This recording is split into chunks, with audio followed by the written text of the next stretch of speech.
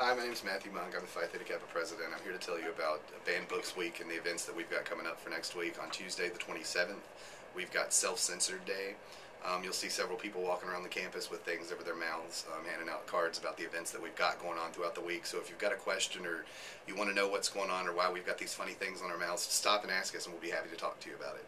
On Wednesday, we're doing an event in the library. It's part of the American Library Association's Read Out Banned Books Week program. We're going to be doing some readings from some banned children's books. We're going to be doing discussions about censorship and book banning and book challenging. There's going to be refreshments, so come by and get a cookie. On Thursday, we're going to be meeting at the Books A Million in Hickson at 6 p.m. We're going to be doing kind of the same thing. We're going to be doing a discussion about banned books in the community and how it affects us, aside from just not being able to get the information, how it would actually affect the community as a whole. So come on out and see us. We've got a lot of things planned for this week. If you've got any questions or anything, stop a Phi Theta Kappa member and just let us know. Thanks. Libraries stand for intellectual freedom. We don't want everyone to think the same way, so we strive to promote diversity in our book collection.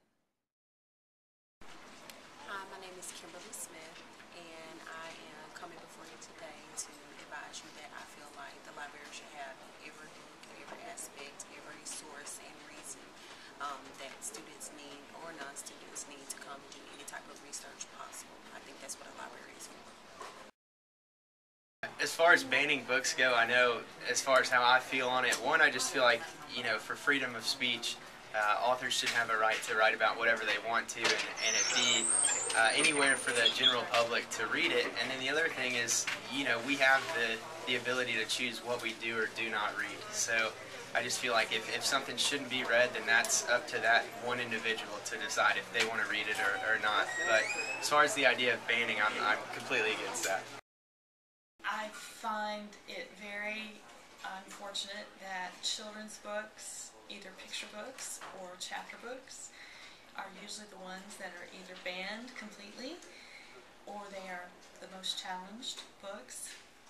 And I find that unfortunate because usually it has to do with one word or one picture that some person or some family finds offensive, and then they want the item removed or challenged from the collection, and so no one gets to look at it and decide for him or herself. Hi, I'm Vicki Leather. I'm Dean of Library Services at Chattanooga State Community College. I started my career in libraries, in a children's library, in the public library children's department. I was a student worker back in the 60s. And one of the books that we got in was Maurice Sendak, Where the Wild Things Are. Well, that was very controversial at that time.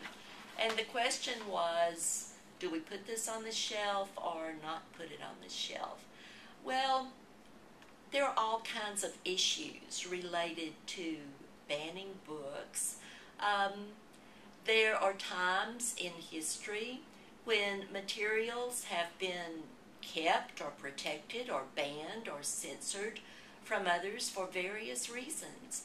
In times of war, in World War II, materials were banned by the religious groups in the hopes that they were protecting their constituencies, their membership.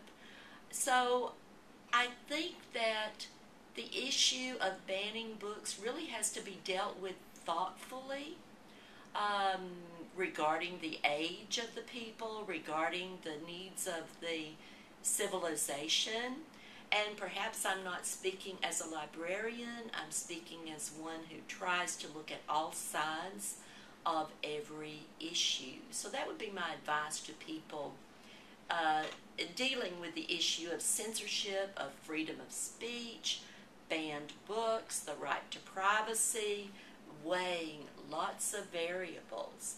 But back to Where the Wild Things Are. I grew up on little golden books. We didn't have money for toys, but every Sunday, Mother would let me pick out a little golden book at the drugstore, and those were my prized possessions. So when I started working at the children's department of the public library, I could not understand why the librarian was so upset about this book. I learned my appreciation from art from books, and I loved the art in this. She said that the book would scare children, that the parents would be upset when they got home with the book, and the children would have nightmares, and then it would come back on the public library that they had provided materials to give children nightmares. I was an 18-year-old college freshman or sophomore at the time, I don't remember, but I was still young enough to appreciate all the children's books. And see these really ferocious animals here? These were the ones that were going to give us all nightmares. I majored in psychology, and I should go back and look at the literature of psychology to see if there were any case studies on children who got nightmares from being read Where the Wild Things Are. Oh, here's more of them. Are we scared or what? I don't mean to make light of this. I'm just giving you one small example that I myself experienced, two sides of the issue about a children's book. Thank you. Action. Here's another book by Maurice Sendak, In the Night Kitchen.